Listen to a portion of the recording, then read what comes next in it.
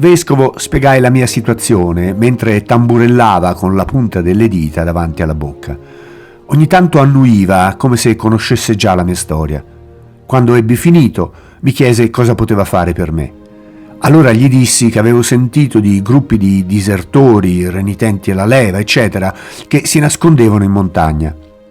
All'epoca nessuno davvero li chiamava partigiani, piuttosto venivano chiamati ribelli, ma io non usai quella parola. Il vescovo scosse la testa pensieroso e mi disse che avevo l'aria di un bravo ragazzo e che in montagna c'era di tutto, anche criminali evasi dalle carceri dopo l'8 settembre, e che uno come me, da quelle parti, sarebbe durato poco. Così mi congedai dal vescovo ringraziandolo per il suo tempo e dal canto suo questi mi assicurò che avrebbe pregato per me.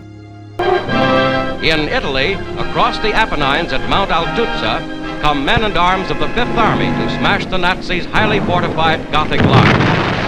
Decisi di provare a tornare a casa, ma per farlo dovevo attraversare la linea del fronte con tutti i rischi che questo comportava. Non ultimo, quello di essere fermato dai tedeschi e identificato come disertore. Spinto dalla fame, mangiai delle mele raccolte in un campo, nonostante fossero ancora acerbe. Il che, unito al fatto che per la sete bevvi dell'acqua da un abbeveratoio, mi provocò una dolorosa e fastidiosa dissenteria. Così, stremato e febbricitante, cercavo di riposarmi di giorno e camminare di notte fra i campi, sempre allerta per evitare di imbattermi nei tedeschi o nei partigiani. Una sera mi colse un temporale terrificante. In pochi istanti ero completamente fradicio e infreddolito. Nelle mie condizioni non so quanto avrei resistito. Così, quando vidi un casolare con una luce accesa, andai a bussare. Mi aprì un anziano contadino che pregai di darmi riparo per la notte, almeno fino a quando non avrebbe smesso di piovere. L'uomo mi offrì di passare la notte nella stalla, cosa che accettai volentieri. Mi gettai sulla paglia vicino agli animali, ma il contadino mi disse che se mi fossi addormentato con gli abiti bagnati mi sarei preso qualche brutto malanno. Seguii il suo consiglio, mi spogliai e passai la notte così sotto la paglia. Mi svegliai che era mattina inoltrata con una Luger puntata in fronte. Un ufficiale tedesco con un paio di soldati mi intimava in buon italiano di seguirlo o avrebbero ucciso mamma e papà. Evidentemente mi avevano scambiato per un renitente alla leva tenuto nascosto dai genitori.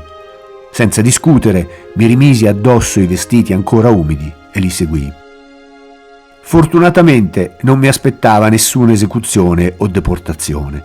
Fui invece assegnato all'organizzazione TOT, che era incaricata di eseguire costruzioni di vario tipo per conto dell'esercito tedesco. Io fui messo a lavorare a delle postazioni fortificate, usando binari ferroviari incastrati l'uno sull'altro. A fine giornata ci fu data anche una paga, poca roba, ma in compenso ci fu dato da mangiare un paio di fette di Vollkornbrot, quel loro pane nero, e un pezzo di Hartmarmelade, che era una marmellata solida e gelatinosa.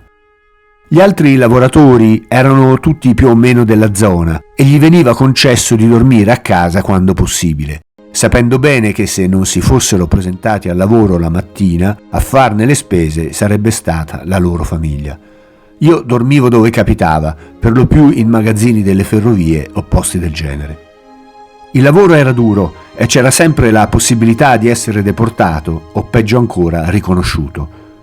Una notte mi accorsi che non c'era nessuno a fare la guardia. Così, poco prima dell'alba, misi il naso fuori e mi dileguai in fretta fra i campi per mettere la massima distanza fra me e loro prima che arrivasse il mattino e facessero la conta.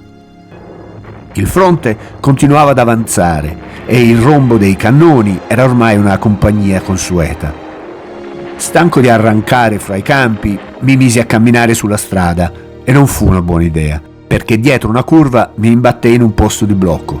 Ormai mi avevano visto e se fossi scappato mi avrebbero sparato di sicuro. Mi chinai fingendo di allacciarmi le scarpe, poi mi alzai e cercai di tornare indietro, ma uno dei soldati gridò «Halt!». Feci finta di niente e continuai a camminare. «Halt!», fece di nuovo il tedesco, avvicinandosi a passo svelto e mettendo il colpo in canna. Mi girai e il soldato con il fucile spianato verso di me mi fece cenno di raggiungerlo al posto di blocco. Mi chiesero i documenti e dissi che non li avevo. Mi chiesero anche da dove venissi e dove ero diretto. Poco dopo arrivò un camion scoperto dove c'erano altri giovani e mi fecero salire. Il soldato tedesco che ci faceva la guardia aveva preso a fissarmi e iniziò a dirmi «Du Jude», cioè tu ebreo. La cosa non prometteva bene. In realtà la maggior parte degli italiani agli occhi dei tedeschi potevano passare per ebrei. Inoltre, debilitato com'ero, sembravo davvero appena uscito da un campo di concentramento. Dopo un po' ci ritrovammo su una strada di montagna costeggiata da un dirupo. Mi resi conto che un calcio a quel tedesco seduto in fronte a me lo avrebbe spedito dritto in fondo alla valle. Avrei potuto agevolmente saltare giù e dileguarmi, ma decisi di non farlo. E feci male. Dopo qualche ora il camion entrò in un campo di concentramento nei pressi di Fossoli. Era un campo di filtraggio dove esaminavano la posizione di ogni internato. Qualcuno veniva deportato in Germania, qualcuno veniva passato per le armi e la maggior parte rimaneva in attesa di conoscere il proprio destino. Io ero uno di quelli. Ogni giorno si sentivano le scariche delle armi dei plotoni d'esecuzione che fucilavano gli internati riconosciuti colpevoli. Le probabilità erano contro di me. Una mattina il mio orecchio era tornato a farmi male, un malanno ricorrente dovuto a un tuffo venuto male quando ero ragazzino. Di solito un panno caldo mi dava qualche sollievo, ma in questo caso c'era solo il panno.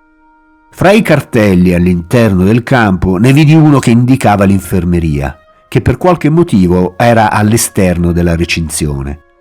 Tenendo questo straccio pressato contro l'orecchio a mo' di medicazione, mi avviai verso il cancello seguendo gli altri internati.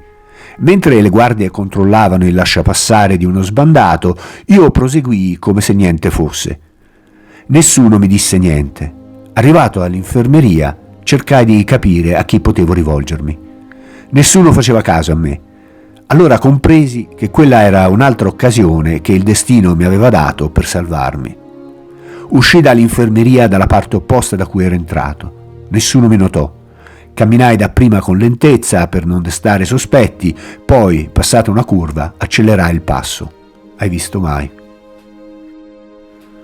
Per fortuna il tempo era clemente e la notte riuscivo a dormire come potevo sul ciglio della strada. Mi stavo avvicinando verso il fronte e il fronte avanzava verso di me. Non c'erano più tedeschi, ero nella terra di nessuno. Le scariche dei cannoni ormai mi passavano sopra e cadevano dietro di me. Raggiunsi di nuovo la pianura e una mattina arrivai su una strada che doveva aver visto dei bombardamenti nei giorni precedenti. C'erano cadaveri a destra e a sinistra, militari, civili e animali. Camminai lungo questo scenario apocalittico per un po'. L'odore era insopportabile. Arrivai a Cecina. Il paese era deserto. Ero stanco, lacero e scalzo. Mi fermai presso una fontana per bere e lavarmi. Sentii la voce di una donna chiamarmi da dietro una persiana socchiusa. Mi avvicinai. Da sotto le persiane una mano lasciò cadere un paio di scarpe. Le raccolsi e alzai lo sguardo. A mio figlio non servono più, disse la donna. La mattina dopo arrivai in un paese dove la vita aveva ripreso qualche aspetto di normalità. Alcuni fraternizzavano con gli americani. Una ragazza mi offrì un bicchiere di vino e mi invitò a partecipare ai festeggiamenti, ma non ero nelle condizioni né fisiche e tantomeno mentali. Arrivato all'altro capo del paese sentii il fischio di una locomotiva e, trovata la stazione, vidi che c'era un treno e che era diretto a Roma. Era colmo fino all'inverosimile. Alla fine trovai un angolo in cui rannicchiarmi. Il treno si fermava continuamente, non solo alle stazioni, ma spesso anche in mezzo alla campagna, immagino per le precarie condizioni dei binari. Il giorno dopo arrivai a Roma e camminai fino a casa dove mi accolsero i miei e dove appresi che la salute di mio padre stava peggiorando. Era da poco andato in pensione, ma era visto con antipatia dalle nuove autorità che lo accusavano di essere ancora vicino al vecchio regime. Quando in estate era tornato al paese, ci fu un bombardamento che fece parecchi morti. Così, a ridosso dei 60 anni e con un cuore malandato, fu messo a scavare, cosa che avrebbe potuto rifiutarsi di fare, ma che non fece. A sera ebbe un malore e poco tempo dopo il mio ritorno ebbe un infarto che se lo portò via. Ricordo che durante il mio lungo viaggio per tornare a casa sentivo che insieme alla distruzione e ai morti mi stavo lasciando dietro di me le macerie di quelle idee giovanili sul dovere verso la patria, sull'eroismo e cose del genere. Dopo aver vissuto sulla mia pelle cosa significa la guerra, mi dissi solo: mai più.